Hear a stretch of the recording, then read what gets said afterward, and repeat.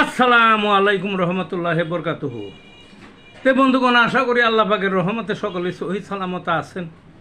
তে কবি Gazi Akkas Ali YouTube channel 017140885009 এর পক্ষ থেকে আপনাদের সকলের প্রতি রইল একান্ত আন্তরিক শুভেচ্ছা ভালোবাসা। তে বন্ধুগণ, এখন আপনাদের সামনে যে বয়ানটা রাখবার চেষ্টা করব, বয়ানটার নাম হলো কান বয়রা রোগে হোমিওপ্যাথিক চিকিৎসা।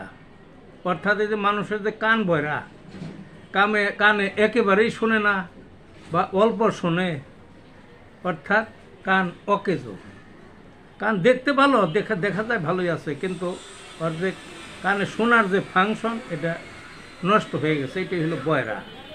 তো যা হোক, হোমিওপ্যাথিতে এর ভালো ওষুধ আছে।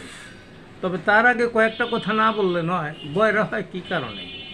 বয়রা হইতে পারে জন্মগতও বয়রা হইতে পারে, আবার কেউ কেউ আছে বংশগত বয়রা, মানে বংশে ওই পর্যন্ত বয়স হইলে, ওই পর্যায়ের একটা বয়স হইলে তখন দেখা যায় বয়রা হয়। আবার কেউ আছে বার্ধক্যের কারণে, কেউ আছে অন্য কোনো জটিল রোগের কারণে, কেউ আছে কানের মধ্যে আঘাত লাগলে, কারো হয় কানে পানি ঢুকলে, কারো হয় কানে অতিরিক্ত খোল জমে গেছে বা পুজ রক্ত জমে গেছে, ইত্যাদি ইত্যাদি কারণে বা আরও অনেক কারণে কানের বয়রা হইতে পারে।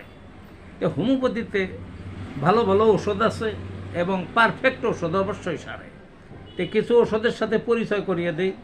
কার্বোভেজ কোস্টিকাম, ফেরাম পিক্রিক, আর্নিকা, তারপরে ইলান্স, মার্ক ডোলিকস, তারপরে অ্যাসারাম, আয়োডিয়াম, আর্জেন্টনাইট, সরিনাম ইত্যাদি ওষুধ তো আছেই। তারপর আছে বায়োকেমিক, ক্যালিমিউর।